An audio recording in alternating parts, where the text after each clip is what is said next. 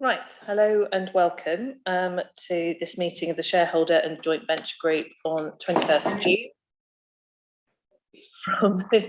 from Oxford Town Hall. We start in public session and we will then move into private session later.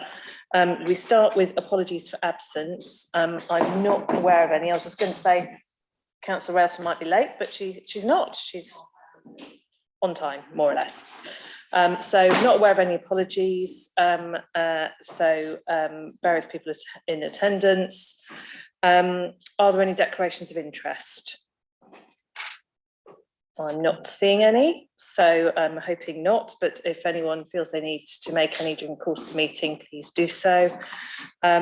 We then move on to item 3, which is scrutiny, comments and or recommendations.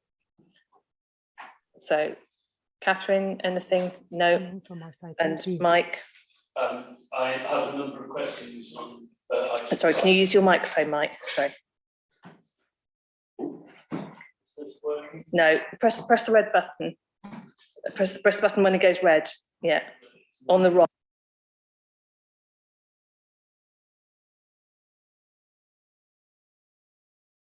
I will just have to speak. I'll just have to speak loudly. So, Tico being absent. That's better. No, Chair, I have a number of questions on item 5, if I may, but if that's all right with you, I'll ask them when we get to that item. Yes, that's completely fine. Thank you very much. Okay. So the next item on the agenda is item 4, which is appointments to company boards and joint ventures. And there are recommendations in front of us to appoint Peter Matthew as one of the council appointed directors on the OTCHL. Oh gosh, lots of different acronyms here. Housing Group or OX Place boards, let's shorten it by. To appoint Jane Winfield as a council appointed director on the Oxwed LLP board, replacing Caroline. To note the appointment of Peter Matthew as client to ODSL and ODSTL, replacing Stephen Gabriel. And to note the advisors to shareholders for matters relating to the business of companies as Tom Hook and Peter Matthew for ODSL and ODSTL, and Peter Matthew and Tom Bridgman for the Housing Group. Carolyn Plashinsky for Barton Oxford LLP, Tom Bridgman for Oxford LLP and SOSV LLP, and Nigel Kennedy and Rhiannon Davis for all. Is everyone happy to agree those recommendations? Fantastic, thank you very much. Right, and the next part is Barton Oxford LLP and the public part of the agenda. Thank you, Chair. So in my normal style, I will largely take the paper as read. I mean, things continue to go well at Barton and we continue to have homes coming out of the ground. I don't think there's any significant updates on the paper, so just happy to take any questions. Fantastic, thank you very much. Has anyone got any questions for Sarah? Mike. Thanks. So, 3 questions, if I may, in ascending order of length, if that's all right. Probably the simplest on paragraph 6, the commercial letting of the commercial premises, is that yet in the public domain, or is it still confidential? Then on paragraph 9,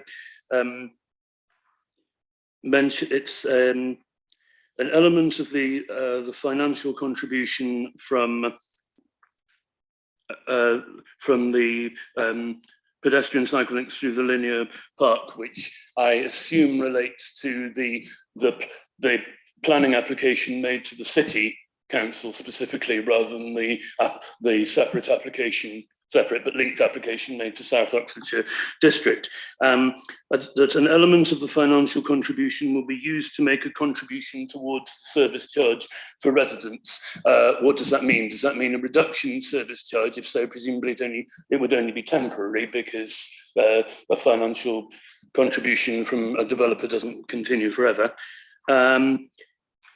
The third and I'm afraid most long-winded question is on paragraph 7. I read the Supreme Court's judgment in Hillside, which doesn't seem massively dramatic. As I understand it,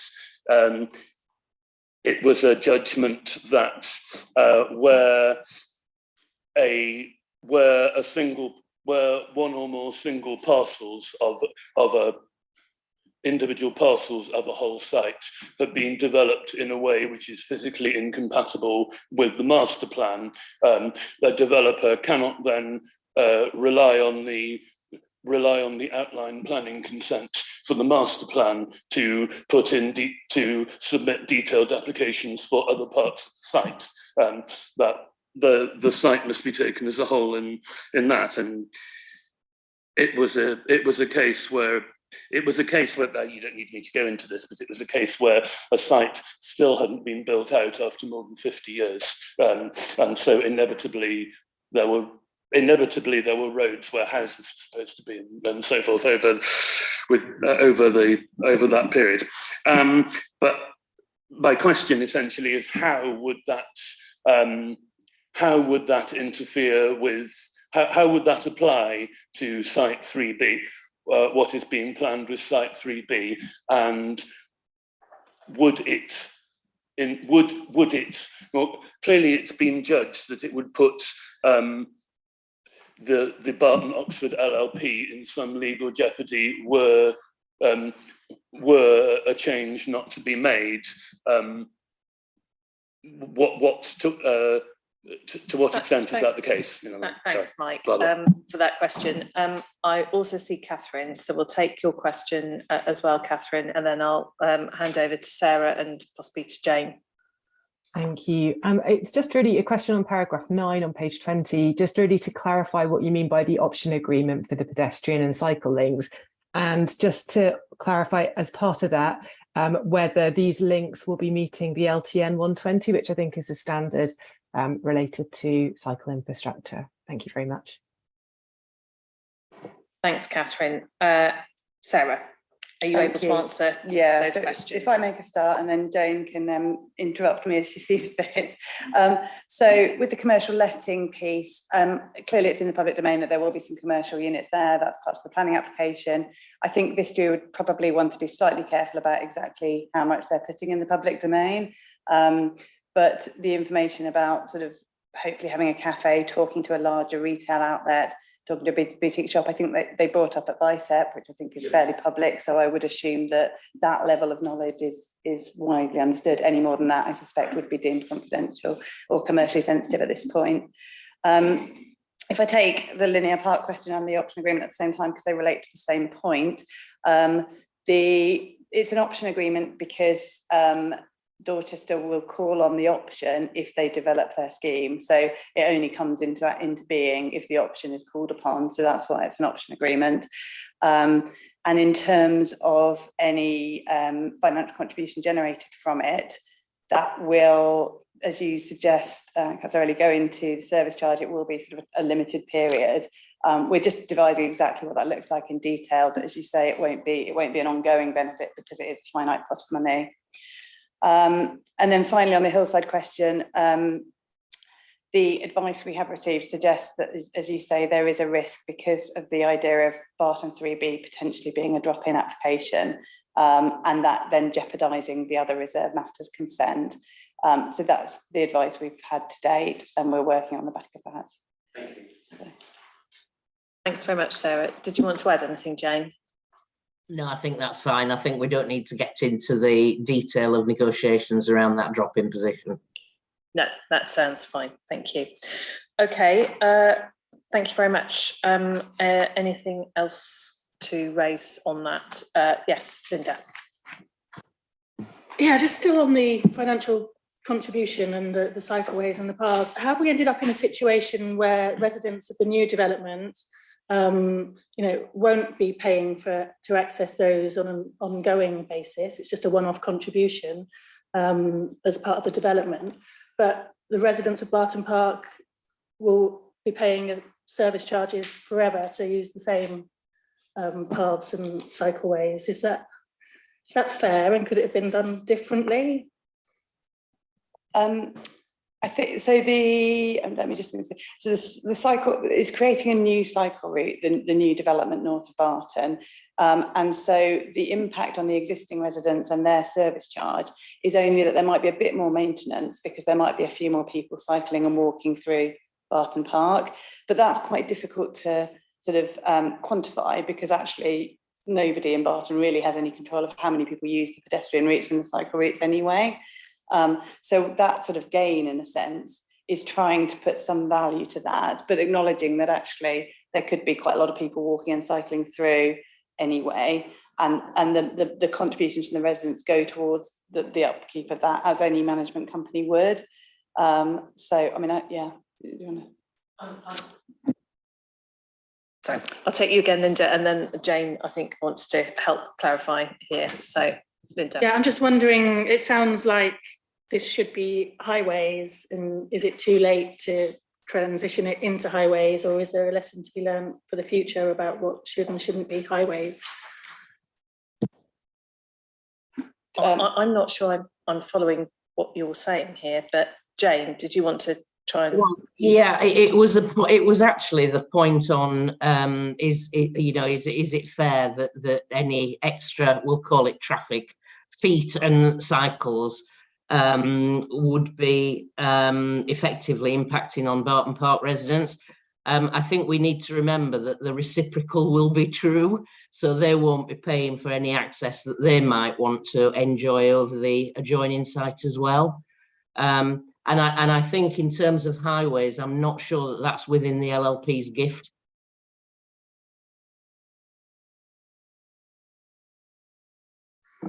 I'm not sure that I fully understand what you're saying, Linda, because I'm, as far as I understand it, out of this development, yes, a new cycle track is being paid for, but I'm unclear what you're saying about residents there paying for it. Well, it's being paid for out of its maintenance is being picked up by the service charges of the residents of Barton Park. Is that right? Well, no. So the new entrance won't be picked up by the residents. That will be picked up through the development at land north of Bayswater. The existing paths on the development that are not adopted, of which there are several, are covered by the service charge that the residents pay at the moment. So it's a contribution to any sort of additional use of those. It's not so, and that's the trade-off. Does that clarify?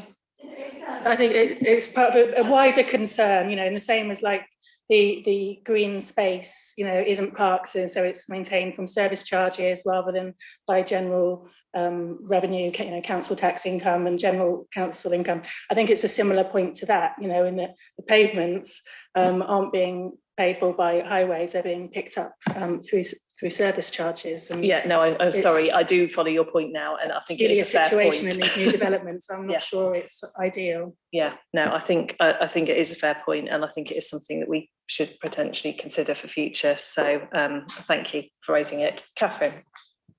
Yeah, I guess it's just building on Linda's point, and I share her concern that so if they're unadopted, is there still a process that can be undertaken to ensure that highways can adopt these sites, or is that simply out of the question? Good question. Yeah, I think it will probably depend on what we're talking about. So I doubt the pathways would now be adopted by highways because they won't have been built to that kind of level. And to be fair, that is kind of common practice on new developments nowadays. It's becoming increasingly unusual for adoptions to take place on some of this sort of stuff.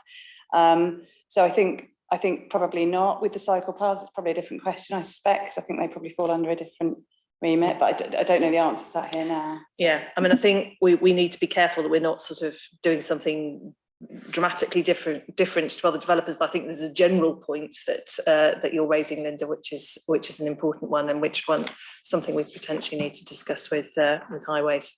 So may I come back on this one point just to clarify, Susan? Sorry. So just in terms of going forward, is there a lesson learned from this, that there should be a requirement on developers to meet what the county council standards are in terms of footpaths and cycleways, because I think there was a suggestion there that they might actually be at a lower standard than what is required. So if it's in our gift going forward, should we not require that they are meeting these standards?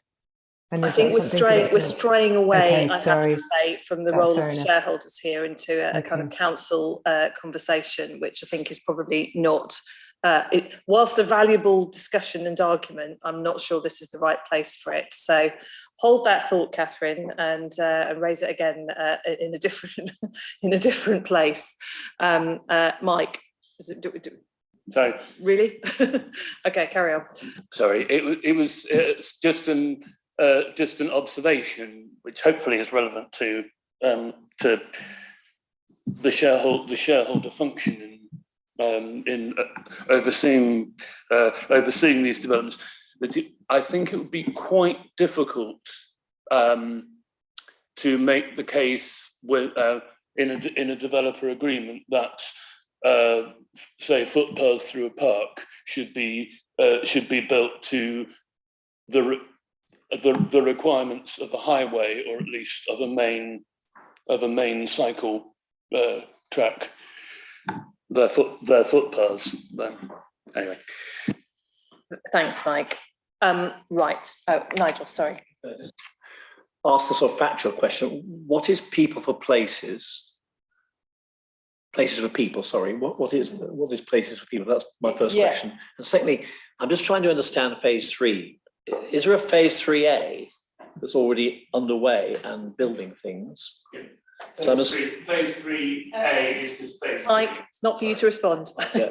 So because you talk about phase 3B being potentially delayed, the sale issues and the court case, but that's a subset of what you call the third phase of 434 homes. Is that right? It's a bit hard to follow this, frankly. So I'm just trying to get a bit of clarity. Yeah, and to be fair, some of this is the kind of terminology as things come through planning and that sort of thing. So phase 3 is the Red Row phase. Phase 3B is the extra piece of land that we're talking about selling. And places for people are housing association registered provider. Okay, that's just one quick one. I mean, I've been looking with Linda at the supply, what we expect to get year by year. So in 23-4, there was something coming from Barton Park phase 3 in terms of delivery. So is that still on track now and not affected by some of the other things here? Yeah, so your best intentions. Yeah, so phase 3, which is the Red Row phase, is on track. Clearly, we only have a certain amount of control because it's the private developer and the speed they choose to process through the development. But that is pretty much on programme. It's slipped slightly. Phase 3B isn't forecast for a while yet in terms of housing supply numbers, so isn't an immediate issue. And there's time built in for that to go through the planning process. Yeah. Yeah. Thank you. Thanks very much, Nigel and Sarah, for that. Okay. Unless anyone's got anything further on that, I suggest that we note the contents of the report, which is what we are asked to do. Thank you very much. Right, then the quarterly progress report. Oh, no, hang on, that is the quarterly progress report, sorry. The way this agenda is set out still confuses me, sorry. Okay, we are now then moving into the confidential session. So I have to read through the relevant bits of the Local Government Act. So if, as we do, we wish to exclude the press and the public from the meeting during the consideration of any of the items on the exempt from publication part of the agenda, it is necessary for us to pass a resolution in accordance with the provisions of paragraph 4(2)(b) of the Local Authorities Executive Arrangements Access to Information England Regulations 2012 on the grounds that their presence could involve the likely disclosure of exempt information as described in specific paragraphs of Schedule 12A of the Local Government Act 1972. Is everyone happy to move that?